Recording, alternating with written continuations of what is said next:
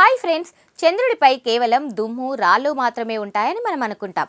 కానీ చైనాకు చెందిన చాంగే 5 వ్యోమనౌక చంద్రుడి ఉపరితలంపై అరుదైన గాజు గోళాలను గుర్తించింది. మిల్లీమీటర్ల పరిమాణంలో మెరుస్తూ ఉండే ఈ గాజు ముక్కలు చంద్రుడిపైకి నీరు ఎలా వచ్చిందనే రహస్యాన్ని ఛేదించే దిశగా కొత్త దారులను చూపిస్తున్నాయి. ఈ పరిశోధనాత్మక ఫీచర్లో ఆ కాస్మిక్ గ్లాస్ వెనుక ఉన్న వాస్తవాలను తెలుసుకుందాం. ఈ గాజు గోళాలను చైనాలోని నేషనల్ స్పేస్ అడ్మినిస్ట్రేషన్ శాస్త్రవేత్తలు విశ్లేషించారు. చంద్రుడిపైకి ఉల్కలు అత్యంత వేగంగా వచ్చి ఢీకొన్నప్పుడు అక్కడి విపరీతమైన ఉష్ణోగ్రతకు రాళ్లు కరిగిపోయి గాలిలోనే గడ్డకట్టి ఇలాంటి గాజు ముక్కలుగా మారుతాయి. తాజా లునార్ సైన్స్ నివేదికల ప్రకారం ఇవి చంద్రుడి ఉపరితలంపై కొన్ని లక్షల టన్నుల పరిమాణంలో విస్తరించి ఉన్నాయి. శాస్త్రవేత్తలను ఆశ్చర్యపరిచిన అసలు విషయం ఏంటంటే ఈ గాజు గోళాల లోపల నీటి అణువులు నిక్షిప్తమై ఉన్నాయి. సౌర గాలుల నుండి వచ్చే హైడ్రోజన్ చంద్రుడి మట్టిలోని ఆక్సిజన్తో కలిసి ఈ నీరు ఏర్పడిందని పరిశోధకులు గుర్తించారు. వాస్తవానికి ఇది కేవలం ఒక ఆవిష్కరణ మాత్రమే కాదు.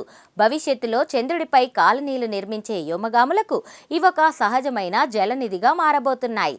చైనీస్ అకాడమీ ఆఫ్ సైన్సెస్ కు చెందిన ప్రొఫెసర్ సెన్ హూ నేతృత్వంలోని బృందం ఈ గాజు ముక్కల వయస్సును కొన్ని కోట్ల ఏళ్లుగా ధృవీకరించింది.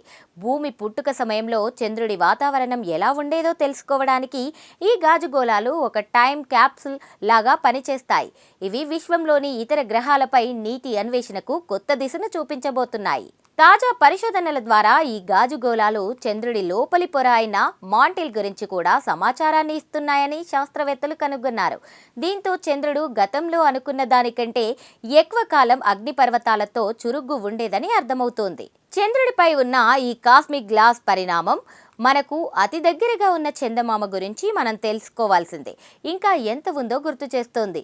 ఈ ప్రత్యేక కథనంపై మీ అభిప్రాయాలను కామెంట్స్లో తెలియజేయండి. ఇలాంటి స్పేస్ ఫీచర్స్ కోసం ఛానల్ని సబ్స్క్రైబ్ చేసుకోండి.